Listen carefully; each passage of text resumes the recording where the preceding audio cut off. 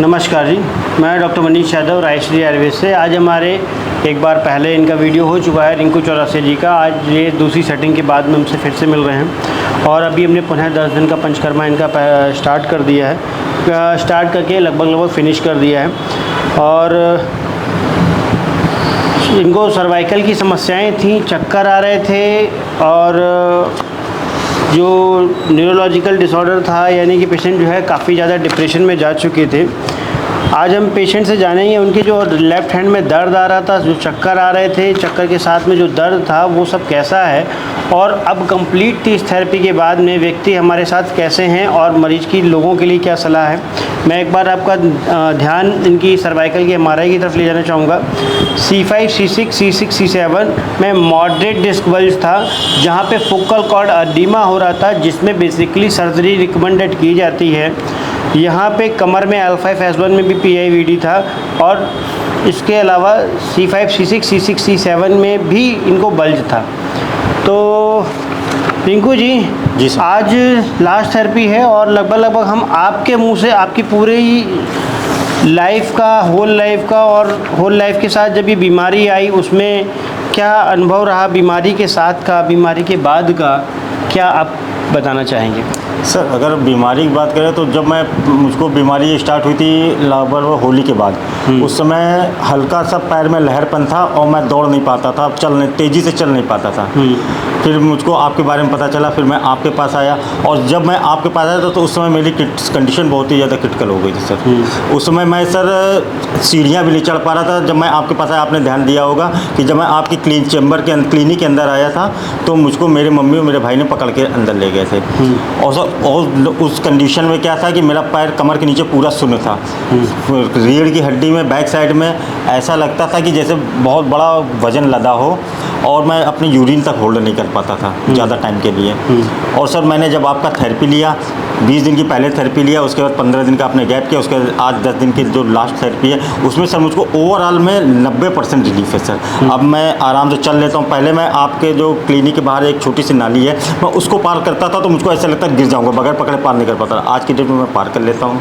पहले क्या था कि मैं बाइक में पीछे से पैर करके बैठ नहीं पाता था, आज की डेट में पीछे से पैर करके बाइक में चल लेता हूँ। पहले मैं जब आपके पास आया था तो मैं जब चप्पल स्लीपर पहनता था तो मेरे पैर से निकल जाती थी, मैं होल्ड नहीं कर पाता। आज मैं स्लीपर पहन के ही चल लेता हूँ। तो ये सब डिफरेंस आया है। उसके अलावा मेरे जो लेफ़्ट हैंड साइड में जो हाथ में दर्द होता था वो दर्द तुरंत पूरा चला गया, मुझे पता ही नहीं कहाँ है। और पैर में भी 90% आराम है। ठीक है। कुछ पर्सनल रिलेशन में भी दिक्कतें आई होंगी? हाँ सर, पर्सनल रिलेशन में तो कुछ दिक्कतें आई। जब मैं बीमार था तो मैं इतना डिप्रेशन चला गया था, मुझको लगता था मैं पूरा हैंडीकैप हो गया हूँ। अब जब मैं आपके पास आया उसके पहले ही मुझको एक हफ्ते से मैं ये सेम प्रॉब्लम फील कर रहा था। तो मैं अगर यूरिन करने जाता था, वॉशरूम जाता तो घर में किसी को बुलाता तो मुझको फील होता था अरे मुझको हो क्या गया। उस समय मैं बहुत ही ज़्यादा उन पर्सनल रिलेशंस को हम अपने से को मेंटेन कर पा रहे हैं? हाँ सर, अब तो मेंटेन कर पा रहा हूँ। तो रिंकू चौरसिया जी जो हैं हमारे पास लगभग ये दिक्कतें तो इनको बहुत 2.5 महीने से स्टार्ट हुई और एकदम से इतनी सीवियर हो गई क्योंकि गर्दन की C5, C6 की नस में सूजन आ रही थी। ये सूजन कई बार प्राणघातक भी हो जाती है, तो इसलिए सबसे ज़्यादा ज़रूरी होता है सही समय पे MRI कराना। बहुत सारे लोग क्या करते हैं, अपनी बीमारी के साथ MRI के साथ कॉम्प्रोमाइज़ करते हैं। वो 2 साल 3 साल तक MRI नहीं कराते हैं और क्रिटिकल कंडीशन करते जाते हैं। ऐसे में एक और समस्या आती है डिप्रेशन की। जिन लोगों को रीढ़ की हड्डी में समस्या होती है उन लोगों में समय के साथ डिप्रेशन आना स्टार्ट हो जाता है। तो डिप्रेशन ना आए, सही समय पे MRI कराएं। या तो आप जो भी ट्रीटमेंट लेना चाहते हैं, आप एलोपैथी लेना चाहते हैं, आप नेचुरोपैथी लेना चाहते हैं, आप जो भी लेना चाहते हैं आप पहले उसको लें। फिर लगता है कि इससे नहीं आराम मिल रहा है तो अपना डॉक्टर बदलें, अपनी चीज़ें बदलें, उस हिसाब से ट्रीटमेंट लें। लेकिन ऐसे केस में लापरवाही ना करें। ये ना करें कि हम घर पे बिल्कुल पड़े हुए हैं और डॉक्टर को भी नहीं दिखा रहे हैं। समय की, कई बार लोगों के पास पैसों की, समय की बाध्यताएं होती हैं, नहीं करते हैं। लेकिन इस बीमारी में समय और पैसे से ज़्यादा जान ज़रूरी होती है, तो उसको अपने हिसाब से जो सुविधाजनक जरिए मिलती है उस पर आप काम करें। रिंकू जी सारी चीज़ें ठीक हैं, अब 90% ठीक हैं जी। थोड़ा सा ये बता दें, थोड़ा सा थेरेपी जो होती है हमारे यहाँ जी। उसके बारे में लोगों को थोड़ा सा आप अपनी भाषा में बता दें। 10-15 दिन के लिए हमने घर पे जो थेरेपी बताई थी जी। वो कैसे होती है उसका थोड़ा सा विवरण कर दें, और लोगों से आप क्या कहना चाहेंगे इस थेरेपी के लिए वो बता दें। जो यहाँ पर क्लिनिक पे आप जो आयुर्वेदिक पंचकर्म कराते हैं उसमें हीट कप थेरेपी होती है, वैक्यूम कप थेरेपी होती है, उसके अलावा शिरोधारा भी आप कराते हैं, स्टीम बाथ भी देते हैं। लगभग 1.5 घंटे की थेरेपी, कंप्लीट थेरेपी होती है। और जब रेस्ट टाइम था हमारा, जब आपने घर पे थेरेपी कराई थी, घर पे थेरेपी में एक आपने मुझको सर्वाइकल ट्रैक्शन किट दिलाई थी, जिसमें सुबह और शाम का एटलीस्ट 15 से 20 मिनट तक मुझको ट्रैक्शन करना था सर्वाइकल का।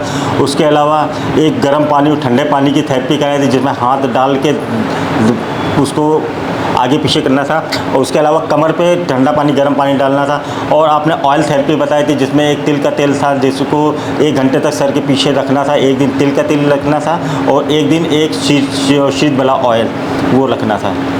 ठीक है।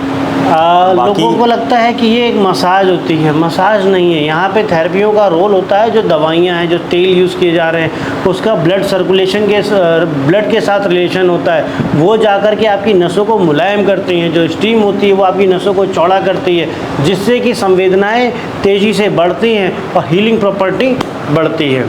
ठीक है रिंकू जी, लोगों के लिए कोई मैसेज?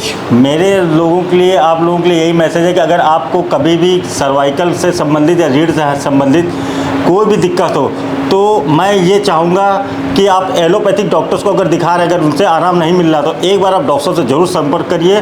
डॉक्टर साहब के पास हर एक थेरेपी का एक अलग अलग तरीके से ट्रीटमेंट है। एक बार आप संपर्क करिए और उसके बाद फिर देखिए आपको क्या रिजल्ट मिलता है। आपको कोई भी समस्या हुआ है, दिए गए नंबर पे आप संपर्क कर सकते हैं। धन्यवाद, नमस्कार।